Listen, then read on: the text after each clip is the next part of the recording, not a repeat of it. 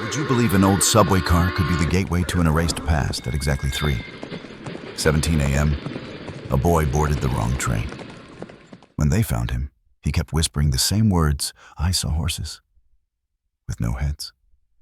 Their eyes were on fire. When engineers checked the rails, they found a long, scorched mark running alongside the train, left by something that had no wheels. This isn't folklore. It's memory. And tonight, you'll stare straight into its burning eyes. Hit subscribe now so you won't miss a single story that grips your spine and won't let go. Black screen, no title, no music, only sound. Clang, clang, clang. The haunting rhythm of iron striking iron, like a war drum echoing in a cavernous tunnel. Slow, measured, ancient. It begins with sound.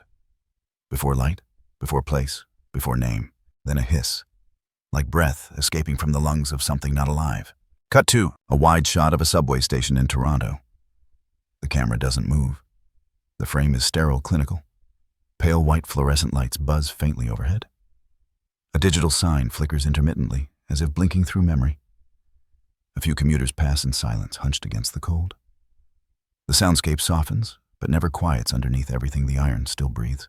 We hold the shot, too long, until a small figure appears at the far end of the platform. His footsteps don't echo. He doesn't run, doesn't look around, just walks. Head low, sleeves too long, no backpack, no parent in sight. This is Andre, 11 years old, thin frame, large watchful eyes, the kind of child people look through rather than at. He doesn't speak unless asked, doesn't ask unless necessary. He has the patience of someone who learned early that waiting is safer than wanting. He lives with his grandmother in a one-bedroom apartment 6 floors above a pawn shop and directly beneath the flight path of every siren in the city. His parents, somewhere between court dates and crossed-out addresses. Neither are ghosts. Ghosts don't send lawyers. But neither are real in any reliable way.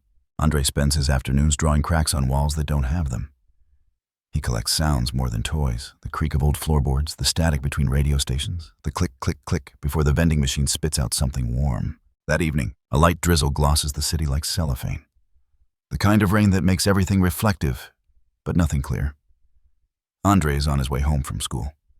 But the train he boards isn't the one he usually takes. It's not his fault. The platform signs were rearranged that day due to operational inconsistencies. Announcements crackled with static. The line numbers glitched on the LED screen. He steps into the wrong train. It doesn't matter, at first. It's just another car. Flickering lights. Gum on the floor. A man 2 rows down muttering to himself. A woman reading a book with her mouth slightly open. Nothing strange, nothing loud. Until 5 stops later, everyone exits, all at once. No announcement, no warning. Just whoosh, a vacuum of silence left in their place. Andre is alone now. He doesn't panic. He does what he always does, sits, waits, listens. But something's changed. The lights don't flicker now. They throb. The color has shifted from pale white to something warmer, duller, like a sodium flame underwater. He moves to another row. Notices the windows are fogged. He presses his palm to the glass. Cold. Unmoving. Then he sees something strange at the end of the car. A door. Metal. Bolted. With rivets around the edges, like armor. It has a symbol etched into it. Not painted, not stickered, but cut into the steel. A horse's head. No mane, no eyes. Just a silhouette mouth open, as if screaming. The door shouldn't be there. He knows this. He's been on this line before. That door doesn't exist. But it's there now. Without thinking, without choosing, he walks toward it. The overhead lights dim slightly with each step. He reaches for the latch. It shouldn't open. It's bolted. But with a gentle pull, it slides. Scream! Inside, the air changes. It's still a train car, technically, but everything is wrong. The walls are ribbed like a shipping container. The floor is wet with something dark and sticky. No seats. Just chains bolted to the ceiling swaying gently despite the stillness. And the smell, not rot, not rust, something else, like burnt fur and motor oil. Andre steps in. As soon as both feet leave the threshold, the door behind him slams shut. Pitch black. Then the sound. Clang, clang, clang. Like hooves, but not on pavement, on metal, on tracks. Andre turns. Looks out the side slits, narrow horizontal windows just barely wide enough for a child's eye. And what he sees stretches the soul too thin for logic to hold. Running alongside the train in perfect rhythm is a herd. At first he thinks they're horses. Enormous, fast, impossibly synchronized. But they aren't horses, not anymore. They have no heads, where their eyes should be flames, where their mouths should be steam. They run not on legs but limbs made of piston and muscle, some exposed, some armored, all on fire from the knees down. One of them turns as if sensing him. Even without a head, it turns. Andre falls backward. The air in the car begins to shake. The chains clatter.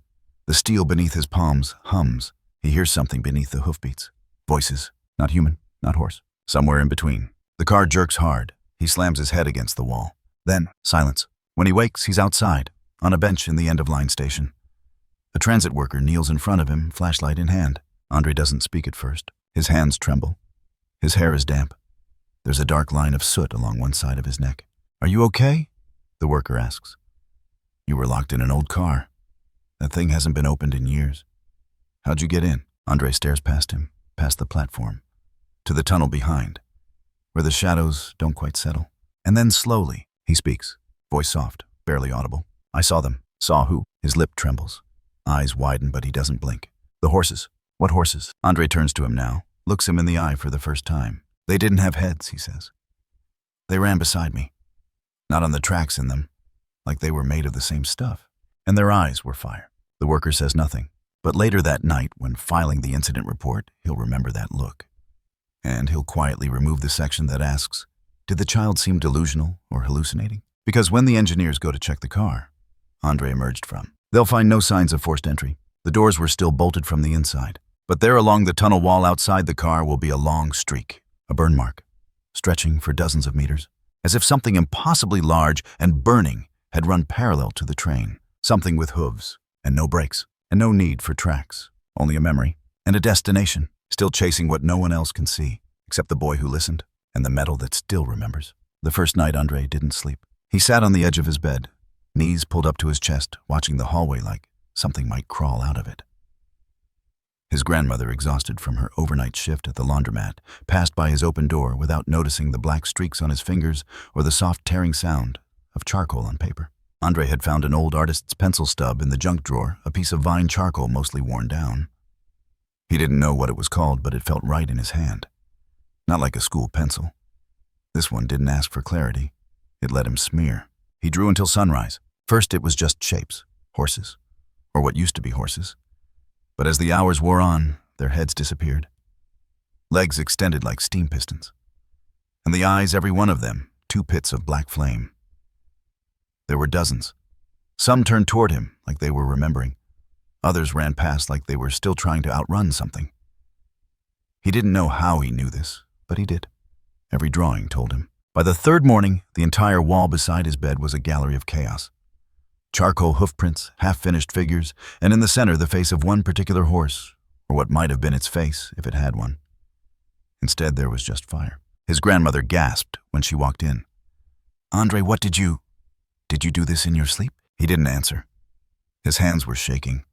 Not from fear, from compulsion. He still wasn't finished. Elsewhere in the city, in a crowded budget-strapped school administrative office, Lara Winters sat alone at her desk. She wasn't technically supposed to be reviewing case files on her day off. But something about the name on the incident report nagged at her. Andre Baptiste. Age 11. Referred for psychological evaluation after an incident on line 3. She opened the file again, fingers brushing the edge of the paper like it might give off heat. The details were sparse. Child found locked in decommissioned car. Reported hallucinations involving horses, potential trauma, further assessment required. It should have ended there. Another troubled boy in a long list of troubled children. But it didn't, because Lara knew something the others didn't. She'd heard that name before, not Andre's, but the train car. Car 118. The Iron Horse. It was a term her grandfather had used once when she was little and still thought stories were safer than facts. He told her about the time the ground beneath the steel tracks had screamed, how a thunderstorm came out of a tunnel one night and the station master never returned to work. The other men said he'd seen something headless and hot. It was just a story, until now. Lara was 37. Cree heritage born in Attawapiskat, raised on the fringe of the city, always floating between systems that didn't want her, but demanded her presence. She'd become a social worker because she knew what it felt like to fall through cracks and what it cost to climb back out.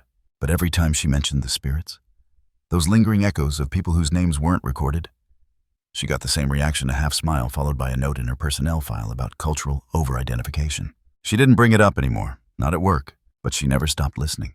That night, Lara visited Andre's school. The janitor led her into the empty classroom.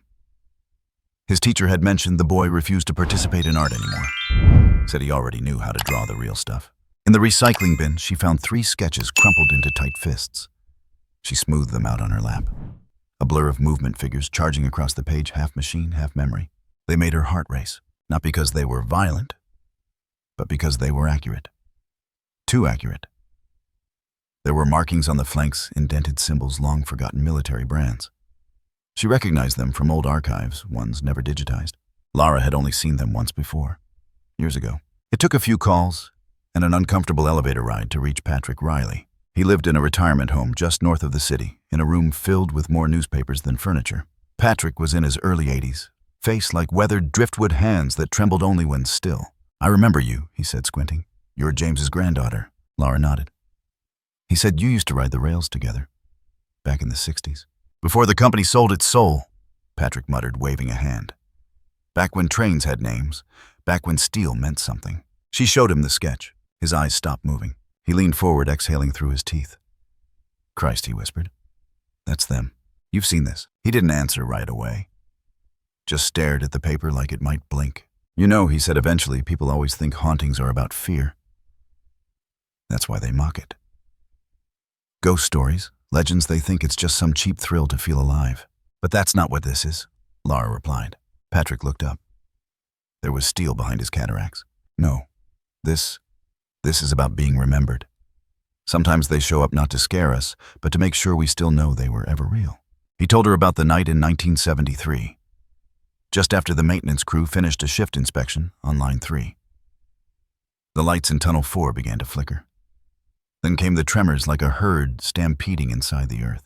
They shut the line down for 36 hours. No official reason given. The internal report mentioned seismic interference. Patrick laughed when he read it. More like spiritual turbulence, he said now. But it wasn't just once. 1985. 2 technicians filed for long-term disability after claiming to see molten creatures galloping alongside their cart. One was later institutionalized. The other moved to Yukon and refused to ride public transit again. 1986. A young woman driving the last car on the midnight run reported a temperature drop of 20 degrees in less than 30 seconds. Her dashcam showed nothing except that her car headlights dimmed to orange during the incident. Engineers found scorch marks along the rail. Official cause, voltage anomaly. All 3 events occurred at the same location, right where the old military transport exploded in 1918. Patrick had kept the clippings. Lara read them that night in his room, surrounded by the hum of dying light bulbs and the faint tick of a wall clock that sounded too much like hoofbeats. "I saw them once too," Patrick confessed. "You did?" He nodded. 1973. Right after we locked down the line. I walked it myself. Dumb kid move, I know. Thought maybe it was a wiring issue. What I saw wasn't wires. It was movement. Like light reflecting off liquid steel. And in the center there was one horse. Or what used to be one. He paused. "I didn't run. That's the thing. I should have. But I didn't. I just stood there, and I think it looked at me. I didn't see eyes, but I felt them. Like someone was staring through a keyhole into my spine." Lara said nothing. Patrick's hands gripped his cane. He whispered, "Do you believe in memory, Ms. Winters?" "I do." "Good. Then maybe you'll understand this." He leaned in, lowering his voice, as if the air might betray him. "They're not looking for revenge. They're looking for recognition." Back in her apartment, Lara lit a small braid of sweetgrass and let the smoke curl toward the ceiling. She pulled out an old file from her father's belongings, one he'd left behind when he passed. Inside was a grainy photo from 1917, soldiers boarding a transport train. A blur of hooves. A young indigenous man with a painted horse looking directly at the camera. Lara flipped the photo. On the back, a faded note. "Car 118. May they return with honor." She closed her eyes. The sound returned. Not in the room, but in her chest. Clang, clang, clang. Not a threat. A pulse. A rhythm. A call. The city didn't remember 1918. Not really. It remembered 1914, the parades and the flags. The men in uniforms waving from platforms. It remembered 1919, the armistice, and the returnees, the broken and the buried. But 1918, the middle of the fire, the mess, the unglamorous machine grinding people into symbols, it had been folded under the weight of easier stories. Lara knew that. That's why she went digging. The city archives were buried 3 levels beneath the Toronto Public Records Office, behind a keypad-locked door and a receptionist who barely looked up when Lara flashed her temporary clearance. She wore her badge like a weapon. That's what you did when the systems weren't built for you. You weaponized their own protocols. Inside, the air smelled like old paper and surrender. Rows of file cabinets hummed like sleeping beasts. She requested Box 472 Delta Military Transport's Civilian Rail Lines, 1915 to 1920. It arrived with dust and hesitation. She opened the box, slowly fingers brushing across brittle manila folders, each marked with dates and redacted stamps. The further back she reached, the thinner the paper got, like the past was decaying faster than the present could record it. Then she found it. Line 3B, Incident 1918. Internal memo. She sat, heart in her throat. The report was mechanical cold. On August 2nd, 1918, Transport 118, carrying equine units and 24 conscripted personnel, derailed after what was reported as a structural failure in the West Tunnel brace. Resulted in full combustion and fatality of all cargo. Cause attributed to equipment fatigue. Immediate repairs undertaken. No civilian casualties. No names. No memorials. No mention that the 24 conscripted personnel were in fact indigenous men taken from northern communities. Many without documentation, many without consent. Her own great-grandfather had nearly been one of them. Lara found the annex pages.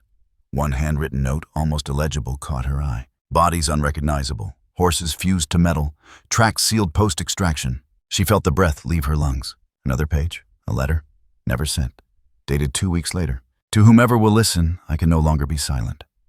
These men were not treated as soldiers, nor as men. The horses had names. The men did not. They burned the transport like they burned the truth. And now, the ground sings. No signature. Outside, the sun had begun to fall beneath the skyline, washing the concrete in amber and rust. Lara sat on the front steps of the records office, the file heavy in her bag, the weight of erasure heavier on her back. Her phone buzzed, a message from Andre's school. He'd disappeared. They found him in the maintenance corridor beneath Spadina Station. Curled up beside a rusted panel, eyes open, pupils dilated but focused. He wasn't afraid, just listening. His hands were flat against the ground. When Lara arrived, the attending officer started rattling off protocol trespassing endangerment potential mental episode. She cut him off. I'll take it from here. She knelt beside Andre, not speaking, just mirrored him. Pressed her palm to the concrete floor. At first nothing. Then low, almost imperceptible, the faintest rhythm. Clop, clop, clop, metal on metal. But not sharp. It was layered. Like breath beneath thunder. Like grief beneath silence. Andre looked at her. You hear it too? He asked. Lara didn't nod, didn't speak. She just closed her eyes and listened. That night she took Andre home herself. His grandmother had tears in her eyes, hands trembling as she wrapped him in a blanket. Lara promised she'd explain everything soon. But not yet. Not until she could prove she wasn't chasing ghosts, she was following tracks. She couldn't sleep. The report kept flickering behind her eyes. The burned horses. The conscripted men with no names. The fusion of bone and bolt. Why had no one spoken of this? Because nobody wanted to admit that the city's bones were built on silence. 2 days later, Lara returned to Spadina Station with a transit badge Patrick had pulled out of retirement for her. It wouldn't hold up to real inspection, but it got her access to the old maintenance lines, tunnels, long decommissioned, now used for storage and decay. She followed the schematics past Junction 3, down Corridor B7, past the emergency vent shafts. The ground changed, smoother, shinier, like the steel had been tempered by something hotter than fire. And then etched into the wall, she saw it. A symbol, burned into the concrete. A horse, headless, mid-stride. She reached out to touch it. It was warm. Later, she visited a Cree elder she hadn't spoken to in years, Noah Blacktree. He was nearing 90, eyes clouded by cataracts, but still sharper than most knives. When she told him what she'd found, he didn't look surprised. They've been running a long time, he said. And when spirits run, they leave grooves. Not in the land, in the soul. Why horses? Lara asked. Noah smiled. Horses remember. They never forgot the fire. They never forgave it either. But they don't want vengeance. They want presence. He lit a small fire in his stove, dropped cedar into the flame. You think they're haunting the train? I think the train is carrying more than people. It's carrying memory. But no one sees it because no one looks. Lara whispered almost to herself. What if someone finally did? Back at home, Andre was drawing again. But the lines had changed. No longer chaos. They were methodical now. Precise. Almost architectural. He'd sketched the interior of the train. Not the modern cars, the old one. With chains. With scorched walls. In one drawing, a man sat between two horses, both staring forward without eyes. The man had a hand on each neck. Lara noticed something. Around the man's neck, a pendant. She took a photo zoomed in. It was a thunderbird, the same thunderbird etched into the knife her father had carried. The same one found in her great-grandfather's belongings. She took a shaky breath. The man in Andre's drawing. He wasn't drawing fiction. He was drawing lineage. The next morning, Lara returned to the archives. Demanded access to military death records under the pretense of a federal reconciliation case. It took hours, but she found it. Private James Blacktree, declared dead in 1918. Listed as unidentifiable remains. Body unrecovered. Regiment noted as unconfirmed. No next of kin. No ceremony. No grave. But a note scrawled in the margin by a corporal refused to ride without his horses. Said he'd rather burn with them than leave them behind. Last seen boarding car 118. Lara's hands trembled. Her great-grandfather had never died in battle. He'd been incinerated by silence. She drove to the tracks. It was dusk. She parked above the tunnel near an old maintenance entrance and walked down into the chilled air. Andre was with her. He hadn't said a word the whole ride. As they approached the rusted gate, he stopped. "Do you think they're angry?" he asked. Lara looked down at him. "No," she said. "I think they're tired of being forgotten." Andre stepped forward, bent down, placed both palms on the earth. The wind shifted, a low vibration. The ground began to hum. He pressed his ear to the cement, closed his eyes, and whispered, "They're still running." And for the first time, she believed him completely. The pediatrician's office smelled like disinfectant and wilted hope. A slow fan turned overhead, doing nothing for the warmth or the silence. Andre sat on the paper-covered exam table legs, dangling hands smudged with charcoal dust. His eyes were focused on a spot somewhere between the floor and the wall. A place where sound didn't reach, where questions dissolved before they touched him. The doctor, a polished man in his 40s with a practiced frown, made notes on a clipboard with the detached precision of someone cataloging symptoms, not people. "I'm not a therapist," he said to the grandmother, "but I'd strongly recommend one." She nodded politely, eyes never leaving Andre. "He doesn't sleep, doesn't eat unless I remind him. And the drawings, it's like he can't stop." "Compulsion," the doctor said. "Could be trauma, or psychosis, possibly some form of PTSD. Has he been in a car accident? Seen violence?" She shook her head. He saw something. On the train. The doctor offered a tired smile. "Kids see a lot of things. But this..." She hesitated. "It's not just fear, it's like he's listening for something. Like he's waiting." The doctor scribbled again. "I'll write a referral. Back home." Andre sat in the hallway with his back against the heater vent. He'd been there for 2 hours, sketchbook balanced on his knees, tongue pressed into the corner of his mouth like it helped hold the images in place. The drawings had evolved. What had once been dark shapes and vague silhouettes were now full compositions. Detailed rails warped by heat. Train cars with rivets shaped like scars. A herd of headless horses, mid-charge one of them, turning flames licking from the stump of its neck. And then people, not clearly. They had no faces, just outlines, blurred uniforms, bodies positioned awkwardly, like they had been caught mid-collapse. One soldier was kneeling, one arm stretched toward a falling horse. Another stood with his head bowed, a hand clutching something that looked like a torn photograph. Andre didn't name them, didn't speak. He just kept drawing. When his grandmother tried to take the sketchbook away just to give him a break, he pulled back so fast the corner of the paper tore. She froze. His hand trembled, but his eyes were steady. He wasn't afraid of her. He was afraid of forgetting. At the school board, Lara sat in an overly air-conditioned conference room, flanked by laminated posters about mental wellness and equity through engagement. Her supervisor, a woman named Catherine, with the practiced cadence of bureaucratic authority, leaned across the table with her fingers steepled. "We have concerns, Lara." Lara didn't flinch. "About what?" Catherine sighed. "About your methods." "My methods?" Lara repeated, voice flat. "You've spent an unusual number of hours with a single student outside of authorized school grounds. There's a question of boundaries. I'm investigating something bigger than just... And then there's the matter of content." Catherine turned a file around on the table, pushing it toward Lara. Inside were photocopies of Andre's drawings. "They're disturbing. He's expressing what he can't verbalize. And you're encouraging it." Lara stared at the woman across from her, the fluorescent lights turning the whites of her eyes into something clinical. "You think I'm feeding into his delusion?" she said. "We think you might be projecting cultural beliefs onto an impressionable child," Catherine said carefully. "You mean indigenous beliefs," Lara said. Silence. Lara leaned back in her chair. "So it's okay when the school teaches children about wars in Europe, knights and dragons. But if a Cree child sees spirits from his land, he's mentally ill." "This isn't about race," Catherine said too quickly. "Isn't it?" Catherine looked away. "Just be careful," she said at last. The board is watching. Across town, Patrick sat in his apartment surrounded by silence. Not the peaceful kind, the accusing kind. His son Evan stood by the window with a tense jaw and crossed arms. A suit jacket hung off his shoulders like it didn't belong to him. "You're talking to the press?" Evan said. "It wasn't the press," Patrick said. "It was a researcher. Social worker. She's trying to what prove ghosts are real." Patrick didn't respond. Evan rubbed his eyes. "Dad, come on. You spent 40 years working for the rails. You were a respected engineer. Now you're telling people you saw horses made of fire." "They weren't made of fire," Patrick said softly. "They burned." "There's a difference." Evan laughed bitterly. "You hear yourself. I saw things I never talked about for decades. Because people like you would rather dismiss than listen." "I am listening," Evan snapped, "and what I'm hearing is an old man sinking into delusion. You need help." Patrick stood. Not fast, not dramatic, just firmly. "I need the truth." "And what does that do, huh?" Evan shot back. "Even if it is true, what good does it do now? It was 100 years ago." "They're dead." Patrick's voice dropped. "They're not silent." Evan shook his head, grabbed his coat. "You know what I think," he said, turning at the door.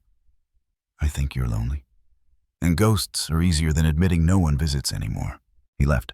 Patrick didn't move for a long time. Then slowly he walked over to the bookshelf and pulled out a tin box. Inside were 4 blackened pieces of rail. Bent, twisted, recovered from the crash site in '73. He laid them out on the table. Each piece had a scorch mark running the same direction. Each one hummed, softly, almost like breath. Back in the city, Lara sat in her car outside Andre's apartment. Rain tapped against the windshield in rhythms too steady to be random. She gripped the steering wheel like it might anchor her. She was being watched. She could feel it. The board didn't trust her. Colleagues whispered when she passed. Emails that used to go to her now went around her. And yet, every instinct screamed, "Don't let this go." She opened her laptop and pulled up the files she'd digitized. Photos of the crash site, names half-inked out. One file labeled non-essential casualties listed 22 initials.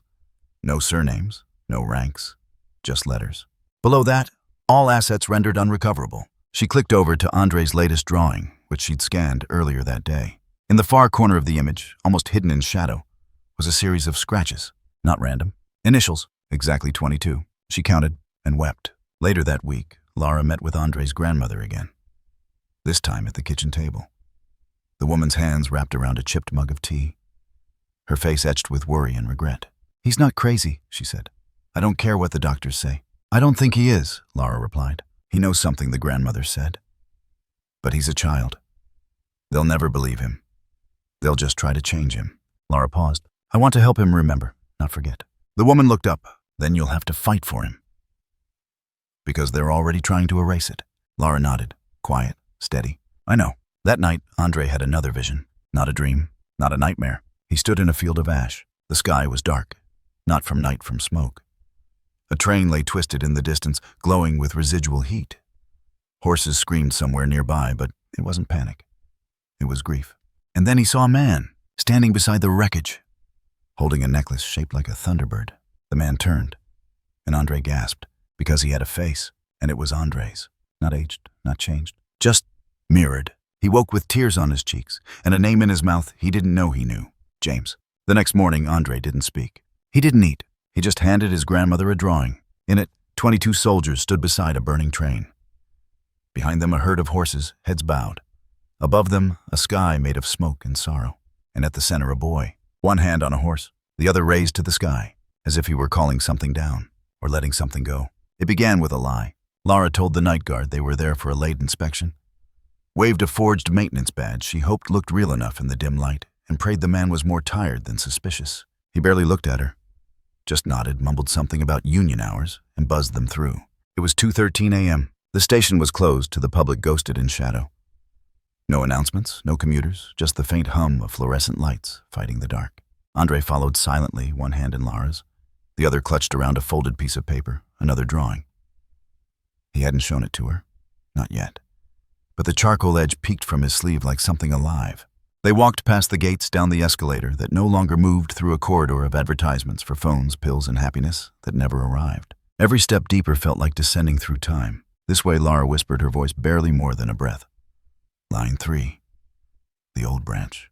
Andre nodded once. The air changed when they entered the tunnel. The temperature dropped, but it wasn't just cold. It was pressure.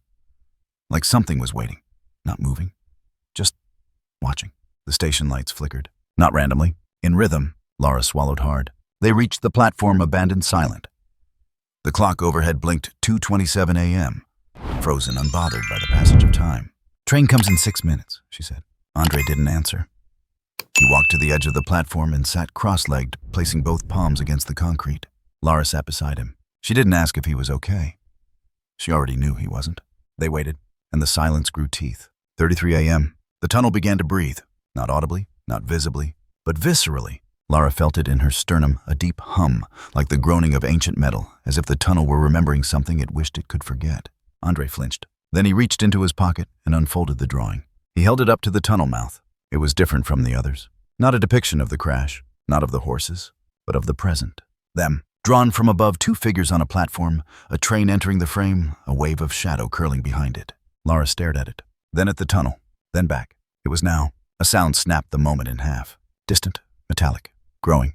The train. Coming. But it wasn't the regular sound, not the whine of engines or the screech of steel. It was deeper. Hooves, not just clattering, pounding, like war drums, like thunder, like grief. The lights above them dimmed, then flared. Dust shook loose from the ceiling. Andre stood. He took a step forward. "Wait," Lara whispered.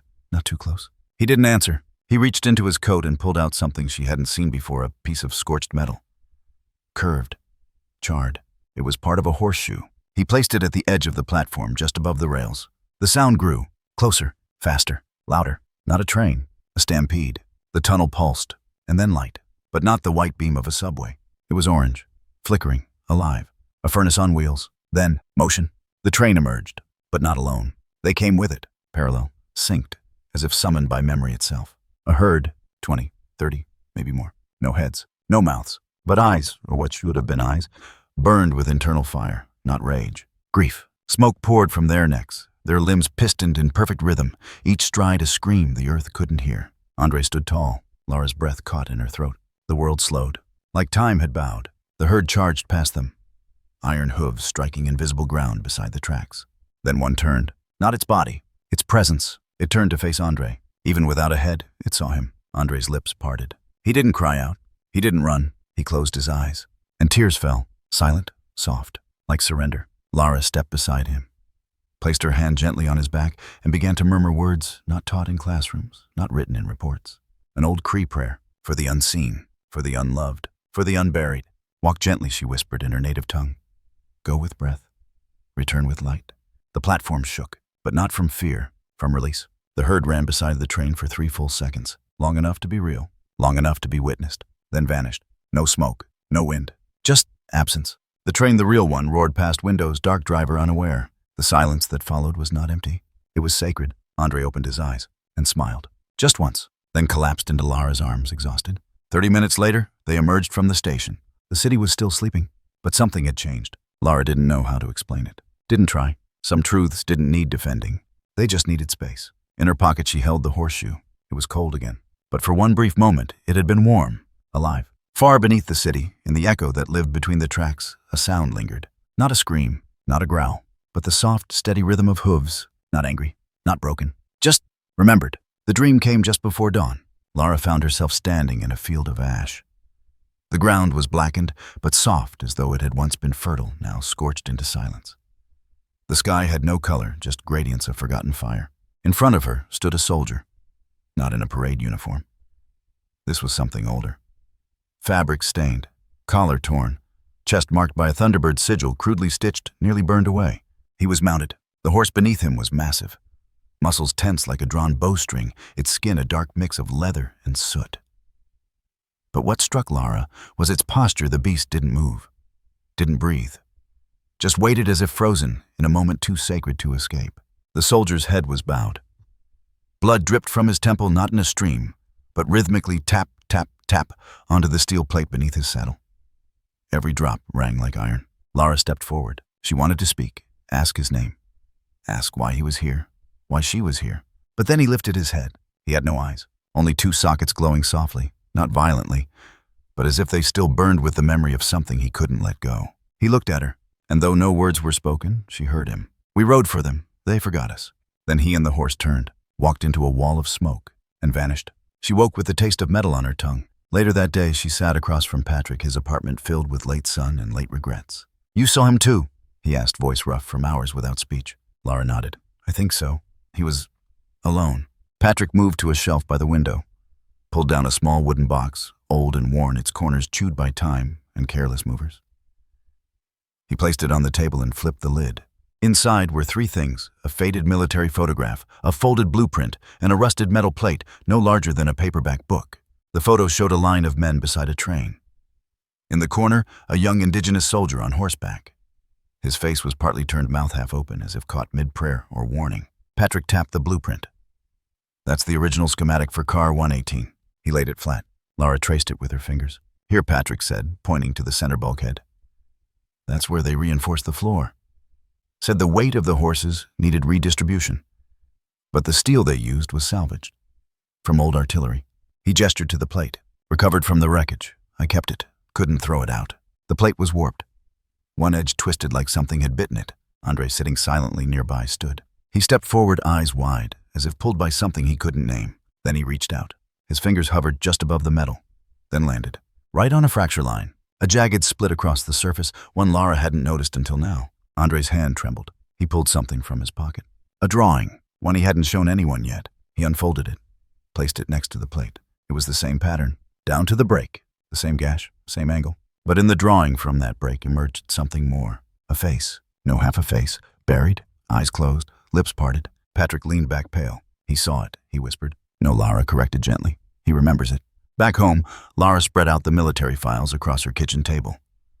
The pages were copies of handwritten rosters, discharge forms, casualty reports, all collected from the archives she'd been combing for weeks. She hadn't found his name, not really. Just hints, initials, scribbled notes in margins. Until now, a document misfiled under non-combatant losses. Name James Blacktree. Status declared deceased August 2, 1918. Regiment Auxiliary Transport. Indigenous Division. Unofficial. Notes refused to sign enrollment papers in French. Cited tribal sovereignty. No next of kin recorded. That was a lie. He had kin. Her. Tears welled in Lara's eyes. For a man she never knew. For a history no one wanted to remember. Her great-grandfather wasn't just erased. He was intentionally obscured. She called Elder Noah the next morning. "I need to know what it means," she said. "All of it." His voice was steady, like stones being laid down in order. "When a spirit isn't honored, it doesn't fade. It lingers. Not to haunt, to remind. We were never meant to be written in someone else's tongue. The moment your great-grandfather refused to sign in French, they erased him. Paper by paper. And those who burn without a name burn forever." "But why horses?" she asked. Noah chuckled softly. "You ever seen an indigenous man go to war without his horse?" Lara didn't answer. "Neither have I." There was silence for a moment. Then Noah said gently, "Look again at the photos. Not with your eyes, with your memory." That night, Lara returned to the apartment with Andre's drawings. She spread them on the floor. Dozens. She lit a candle, not for light, for invitation, and looked, one by one. Each image felt like a page, torn from a lost history. There were horses, mid-gallop men caught between worlds, shattered rails like veins across the earth. But one drawing tucked in the back made her freeze. It was a sketch of a soldier, clearer than any before. Not faceless, not lost. This man had eyes. Cheekbones carved from stone. A thunderbird tattoo across his neck. And in the corner, a name, scrawled in Andre's shaky handwriting. "James." Lara traced the lines with her finger. "You came back," she whispered. Through him, Andre watched from the hallway. He didn't speak. He didn't need to. She understood. This wasn't about proof. It was about presence. And now he was present. Later that week, Lara stood before the school ethics committee. They had called her in to discuss misconduct. A panel of 5. Cold chairs. Warmer judgment. Catherine, her supervisor, spoke first. "You've been encouraging a vulnerable child to engage in what can only be described as obsessive behavior. There are concerns you're leveraging his trauma for a personal agenda." Lara smiled. "Just a little." "Do you know what that obsession looks like?" she asked. No one answered. She pulled out a folder, slid it across the table. Inside, drawings, records, blueprints, and finally the military file with James Blacktree's name. "You erased a man from history," she said. "He served your country, died in fire, and was forgotten. Until a child remembered him. This is beyond your jurisdiction." "No," she said sharply. "This is exactly my jurisdiction." Silence. Then one of the panelists, an older man with tired eyes, spoke. "Are you suggesting these events are supernatural?" Lara met his gaze. "I'm suggesting they're true. Whether you believe them or not is irrelevant." After the hearing, she and Patrick met at the old warehouse. It was falling apart, forgotten by the city. But inside, behind a stack of tarps and rusted lockers, was the remnant. A section of car 118, half a carriage, burned, warped, intact. The air inside felt different. Not cold, not haunted, just weighted. Andre stepped in first. He ran his hand along the wall, stopped at a crack in the metal, pressed his palm against it, and exhaled. "I remember this," he said quietly. Patrick stared. "That's impossible." Lara didn't correct him. She placed her hand beside Andre's. The metal was warm. That night, she wrote James Blacktree's name in a journal her father had left behind. Then beneath it added, "He was never gone, just waiting." And at the bottom, "We remember you now." Outside, the wind picked up, but instead of howling, it galloped. The memo arrived on a Tuesday, folded neatly into Lara's inbox, like it had every right to be there. Subject: Infrastructure Update. Phase 3. Expansion Line 3B. She read it once, then twice. The words didn't change. Sections of decommissioned Line 3B will be dismantled, including legacy tunnels and maintenance corridors beyond platform marker Delta. Work to begin in 10 days.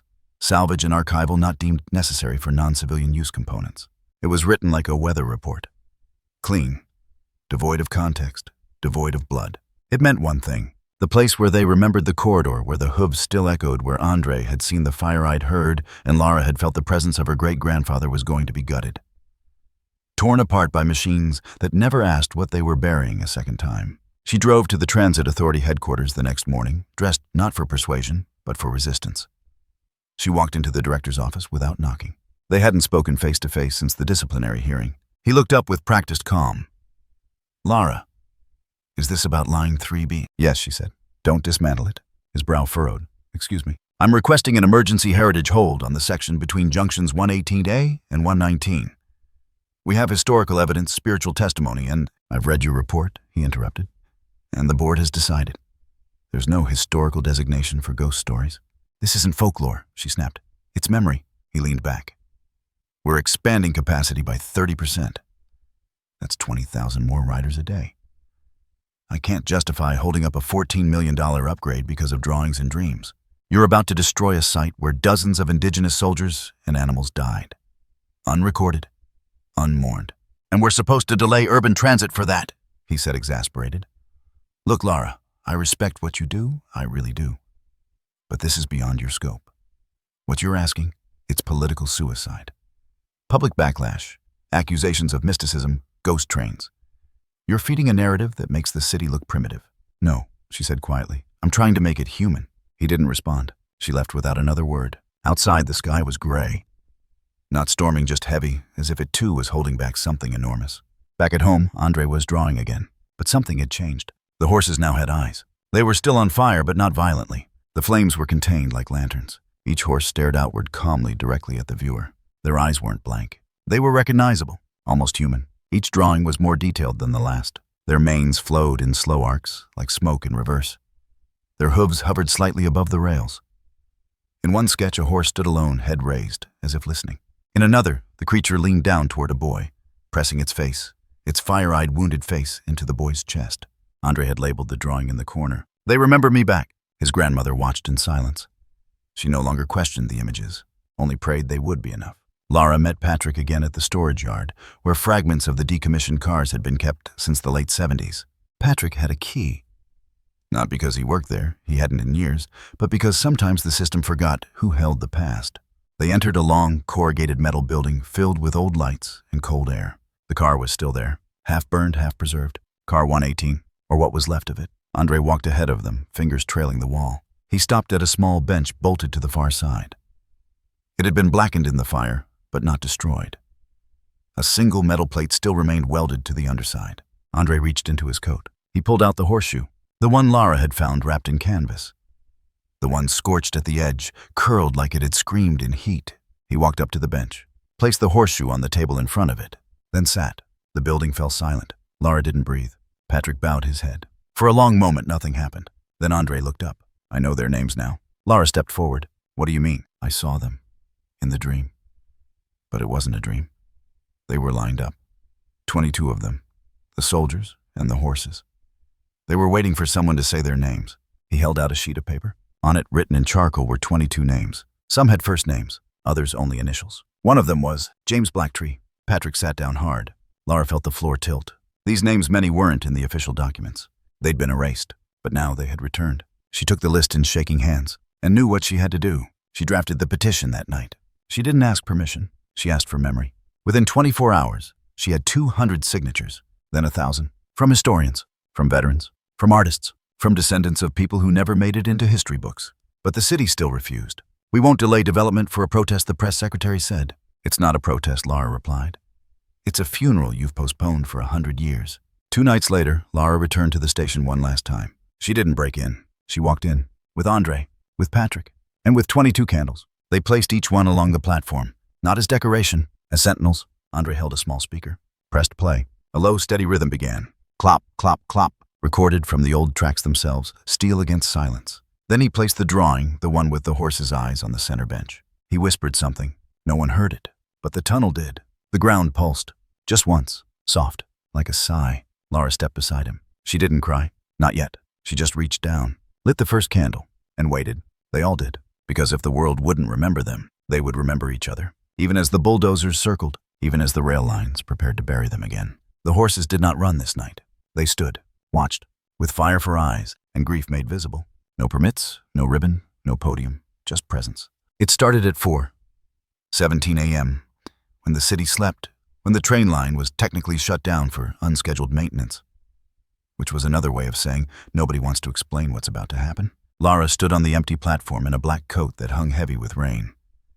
Patrick was beside her, wrapped in an old workman's jacket, the reflective strips faded to memory. He held a portable speaker in his arms, like it was something sacred.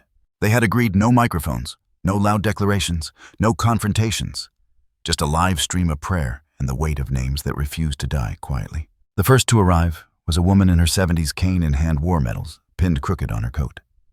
She didn't introduce herself, just nodded and took a place near the edge, her eyes already glistening.